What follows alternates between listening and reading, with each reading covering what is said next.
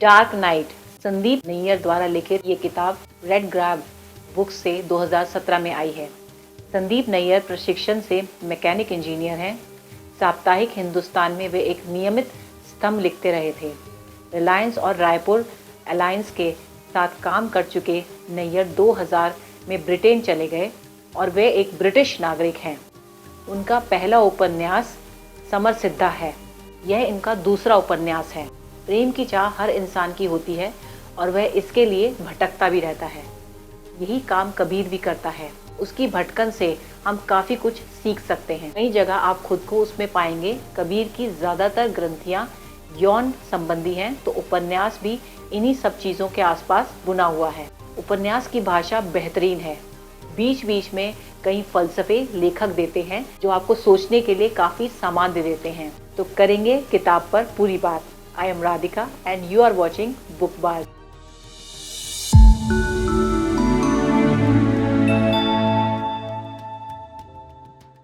Romance और sex की फैंटेसियों से लबरेज है।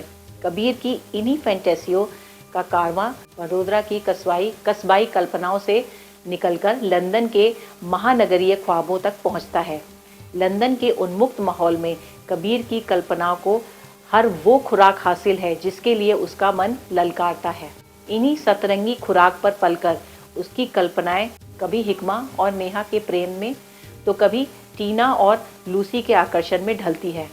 मगर कबीर के लिए उन अपने रुपहले ख्वाबों के हवाई महल से निकलकर किशोरियों के मन और काया की भूल भुलैया से भटकना कठिन है। यही भटकाव उसे डार्क नाइट में ले आता है।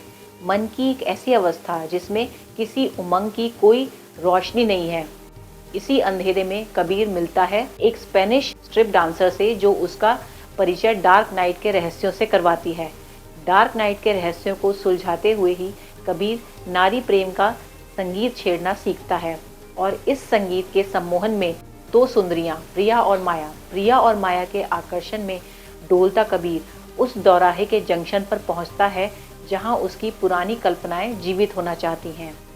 किसके प्रेम में ढलेंगी कबीर की कल्पनाएं? किसकी दहलीज पर जाकर रुकेगा कबीर के ख्वाबों का कारवां? माया या प्रिया? यह आपको किताब पढ़ने पर पता पड़ेगा। आपका नाम?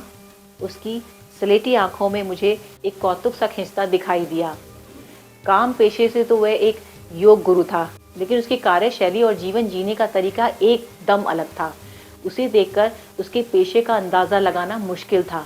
एक दिन फ्लाइट पकड़ने के लिए काम जब IGI अंतर्राष्ट्रीय एयरपोर्ट के लाउंज में पहुंचा, तो उसकी मुलाकात मीरा से हुई। दोनों ही सुबह तक फ्लाइट के इंतज़ार में उधर बैठे हुए थे। वक्त काटने के लिए बातचीत हुई और कबीर का जिक्र निकला। कबीर काम का शिष्य था और काम के अनुसार उसकी कहानी दिलचस्प, ट्रेजिक, डिस्ट्रेसिंग और इरोटिक थी। मीरा कबीर की कहानी सुनना चाहती थी और फिर काम ने कहानी शुरू की। उपन्यास के माध्यम से लेखक ने युवाओं की जिंदगी और उस जिंदगी को जीते हुए वे किन किन परेशानियों का सामना कर रहे हैं उनको दर्शाने की कोशिश की है। उपन्यास के तीनों मुख्य किरदार कबीर, माया और प्रिया युवा ही हैं और उनके जीवन जीने के तरीके अलग अलग हैं। उनकी अपनी परेशानियां हैं जिससे उन्हें जूझना पड़ता है।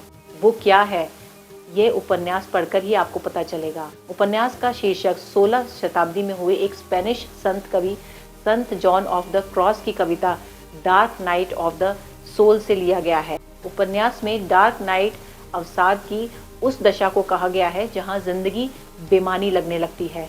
आदमी सब कुछ होते हुए भी यह महसूस करता है कि उसका होना बेकार है और अपनी इस दशा में वह अवसाद के अंधकार में डूबता चला जाता है।